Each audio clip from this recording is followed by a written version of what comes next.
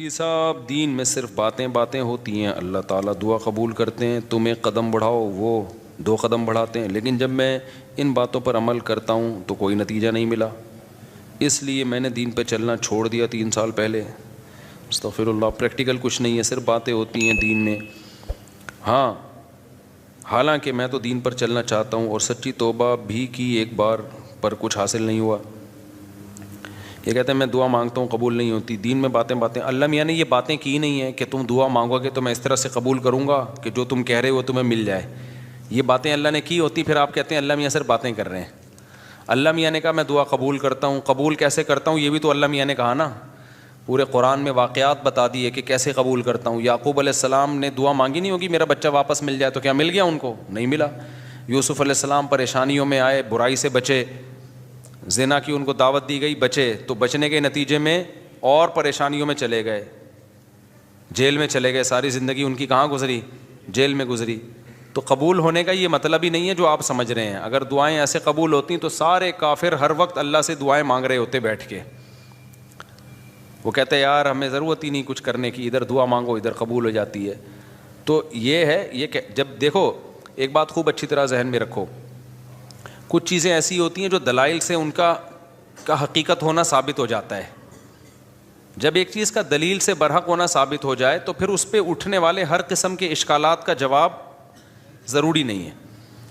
مثال کے طور پر آپ کو دلائل سے کسی نے ثابت کر دیا کہ ماں باپ یہ آپ کے ابا ہیں یہ آپ کی امی ہیں، اور یہ بھی ثابت کر دیا کہ ابا اماں خیر خواہ ہی ہوتے ہیں، یہ جب ثابت ہو جائے نا تو پھر ابا اماں اگر آپ کو کوئی کڑوی چیز بھی کھلا رہے ہیں تو پھر ابا اماں کو یہ ثابت کرنے کی ضرورت نہیں ہے کہ بیٹا اس میں تمہارا فائدہ ہے، کیونکہ پھر وہ دلیل دیں گے اس میں تمہارا فائدہ ہے۔ آپ کہو گے پھر یہ کڑوی کیوں مجھے کھلا رہے ہو، میٹھی کیوں نہیں کھلا رہے مجھے، اور کڑوی کھا رہا ہوں تو مجھے موشن بھی لگ رہے ہیں اس سے۔ تو ابا اماں کے پاس اتنا ٹائم نہیں ہوتا، وہ کہیں گے جب ایک دفعہ مان لیا نا کہ ہم تمہارے خیر خواہ ہیں تو ہم کوئی خراب چیز تمہیں نہیں کھلائیں گے۔ ڈاکٹر پر جب آپ نے ایک دفعہ اعتماد کر لیا، پتہ چل گیا کہ یہ ہے ڈاکٹر، تو سوئی لگائے، وہ آپریشن کرے، حتیٰ کہ وہ آپ کی ٹانگ بھی کاٹ کے باہر پھینک دے،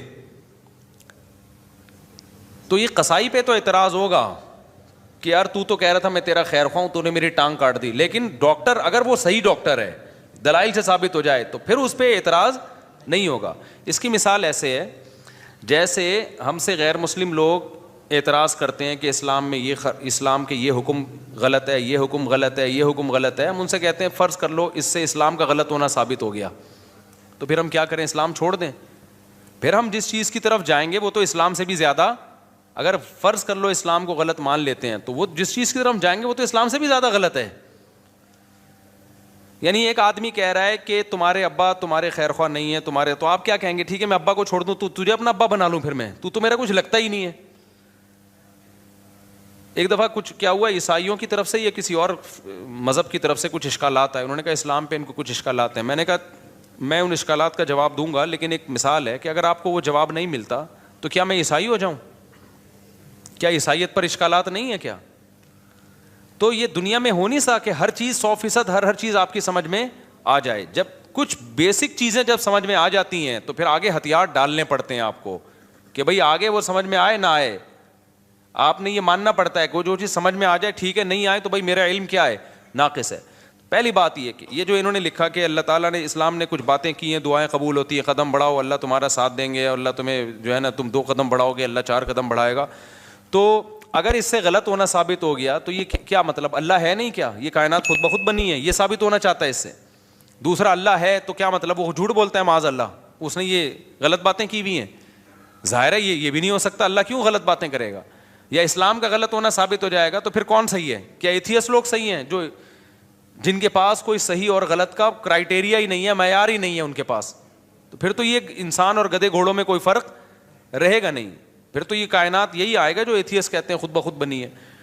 تو وہ آپ یعنی ایک اشکال سے نکل کے بھاگیں گے اور اس کے بڑے اشکالات کے جال میں آپ پھنس جائیں گے۔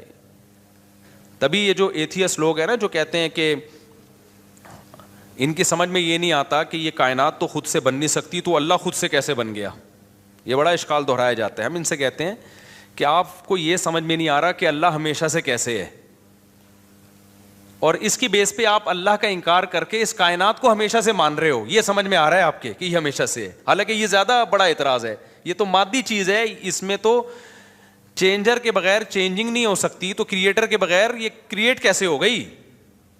تو جب بھی کوئی اسلام پہ اعتراض کر رہا ہوتا ہے نا, ایک اعتراض کر کے وہ اس سے بڑے اعتراض کے جال میں پھنس رہا ہوتا ہے, تو آپ کو اپنی عقل کے گھوڑے وہاں روکنے پڑتے ہیں. آپ کہتے ہو یار کچھ چیزیں ایسی ہیں جو جہاں عقل ہماری رسائی کرتی ہے, اور کچھ چیزیں ایسی ہیں وہاں ہمیں ہتھیار ڈالنے پڑتے ہیں. تو یہ نہیں ہو سکتا کہ کائنات خود سے بنی ہے, یہ بھی نہیں ہو سکتا کہ جس نے بنایا ہے اس نے انسانوں کو آزاد چھوڑ دیا ہو, کوئی ہدایت نہ دی ہو, اور یہ بھی نہیں ہو سکتا کہ وہ ہدایت اسلام کے علاوہ کوئی اور ہو, کیونکہ وہ قانون ہمیں ہدایت اسلام میں ہی ملتی ہیں, اس کے علاوہ کہیں اور نہیں ملتی. اب اگر اسلام ایک بات کہہ رہا ہے تو اس کا ظاہر آپ کی سمجھ میں نہیں آ رہا, تو بھائی پھر آپ دوسری آیتیں اور دوسری احادیث اور قرآن کی دوسری آیتیں ملا کے دیکھو گے تو آپ کو اس کا مطلب سمجھ میں آئے گا. اللہ نے یہ باتیں کی ہی نہیں ہے. جو کہہ رہے ہیں نا اسلام تو باتیں کرتا ہے, عملی طور پر تو کچھ نظر نہیں آتا, یہ بہت سے لوگوں کو اشکال ہوتا ہے. کتنی زیادہ تر عاشقوں کے ساتھ ایسا ہوتا ہے. ایک عاشقہ تھی, ڈاکٹر پہ عاشق ہو گئی تھی, یہ 10 سال پرانی بات ہے, اب سمجھ میں نہیں آئے گا کس کی بات ہو رہی ہے. اس نے مجھے بتایا, میں اللہ سے دعائیں مانگ مانگ کے تھک گئی. وہ ہاؤس جاب میں اس کے ساتھ جاب کرتا تھا نا, وہ لڑکا بھی ڈاکٹر بنا تھا, یہ بھی ڈاکٹر بننی تھی. مجھے اس سے عشق ہو گیا, میں دعائیں مانگ مانگ کے تھک گئی, اللہ دے ہی نہیں رہا. تو کہاں ہیں وہ دعائیں, کہاں ہیں وہ سب چیزیں جو اللہ نے وعدے کی ہیں؟